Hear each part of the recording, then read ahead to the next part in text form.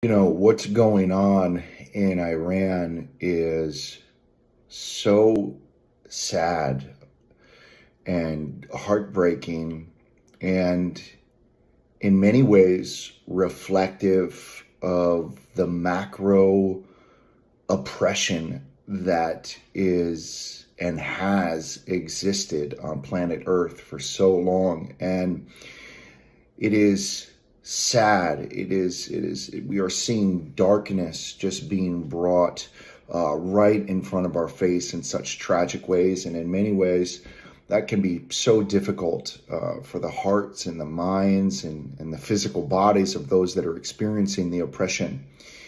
And at the same time, there is this sense of, okay, humanity is fighting back, right? We're grabbing our autonomy back. We're grabbing back our power. We're standing up and saying, no more. You will not take our autonomy. And that autonomy could be the fact that, whether you're a man or a woman, you deserve the same love and respect. Whether you had a medical procedure or you didn't have a medical procedure, you deserve the same love and respect, right? We're all human beings. You could probably go down and list a whole bunch of other things in that regard, right? This world has tried to divide us. The systematic division of humanity has disempowered us. And in many ways, that is coming to the light, and it is scary, and it is overwhelming, and it is heartbreaking. And in many ways, it is also beautiful to see humanity rising up to say, no, we will no longer accept this. So I am sending so much love and honor, and gosh, I'm just so inspired to see how the people of Iran and the people from around the world are stepping up courageously to fight back against this oppression.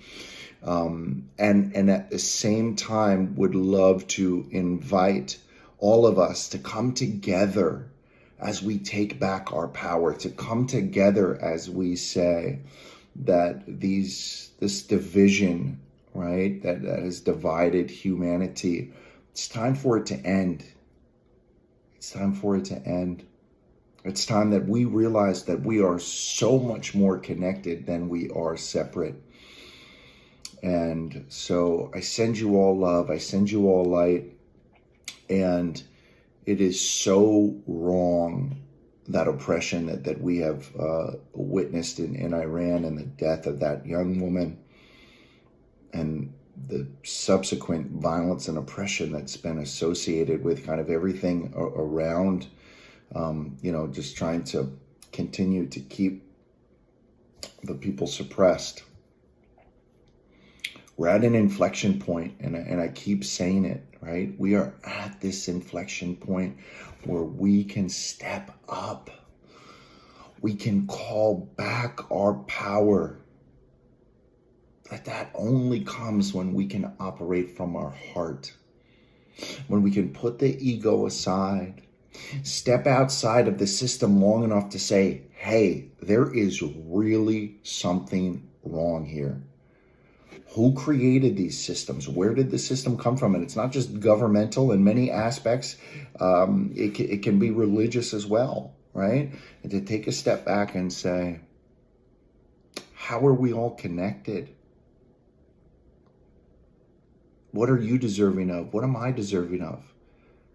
We're deserving of the same thing: to be seen, to be heard, to be loved, to be cared about, to be respected. As a human being, we have that. We don't need to earn it. We are given it. Just by being born, we are deserving of those things. So I know that there are many individuals out there from all across the world that are stepping up to support the situation in Iran, and to fight back against that oppression.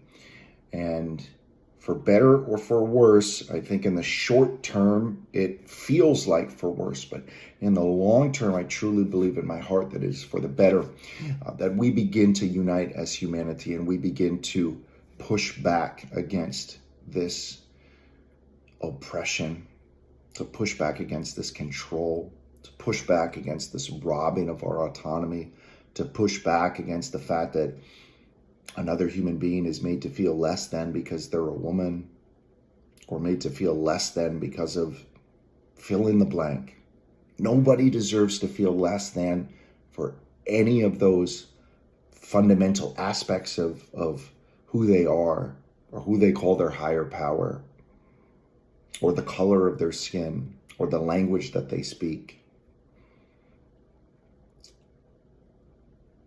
I send you all love and light, and I invite you, just like I invite and remind myself every day, is step away from the ego and step into the heart space and begin to live life more through the heart and less through the head, because this programming has been put in there by the system.